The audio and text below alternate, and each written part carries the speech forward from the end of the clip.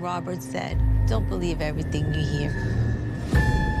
R. Kelly has been charged with multiple counts of sexual assault. I have video of you. Come meet me. Yeah, and we see it still, like with Drake. He came out with his album and gave credit to R. Kelly. So like our culture still doesn't understand that you can, or I guess they're trying to say that you can separate the artist from the person. And so my thing is that the artist and the person R. Kelly is, how many ever people he is, how many ever you want to categorize him as, he did this act. So you can't really separate that to me, because he wrote about it in his lyrics. If he didn't write about it, then you could say, okay, you can separate it. But I honestly feel like, you can't separate him from his music. And the fact that he's the king and of R&B and everything like that doesn't matter when it comes to Black women and Black men being violated. It doesn't matter to me. You were never a king. We gave you that title and we're taking it back.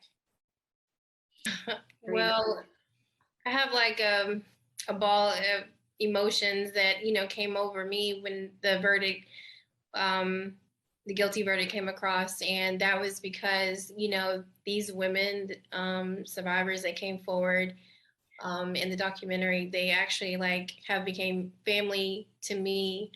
And so I'm just so happy to see them receive the justice that they, have been seeking for all these years.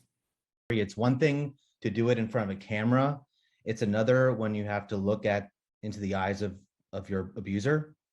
And so for a lot of our survivors, we were absolutely thinking of them the entire time, knowing how difficult it would be. For some of these survivors, this was nearly a 30-year journey to be heard. So a lot of time has gone by, and so finally I think a lot of them are feeling that the justice system now is hearing them too.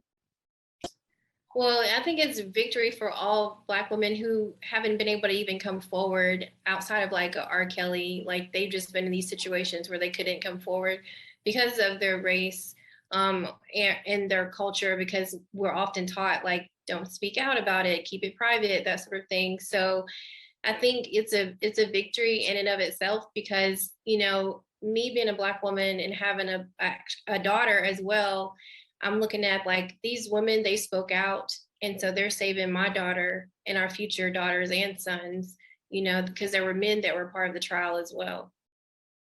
I know the names of 48 women whose lives Kelly has ruined. 48 women can't be lying.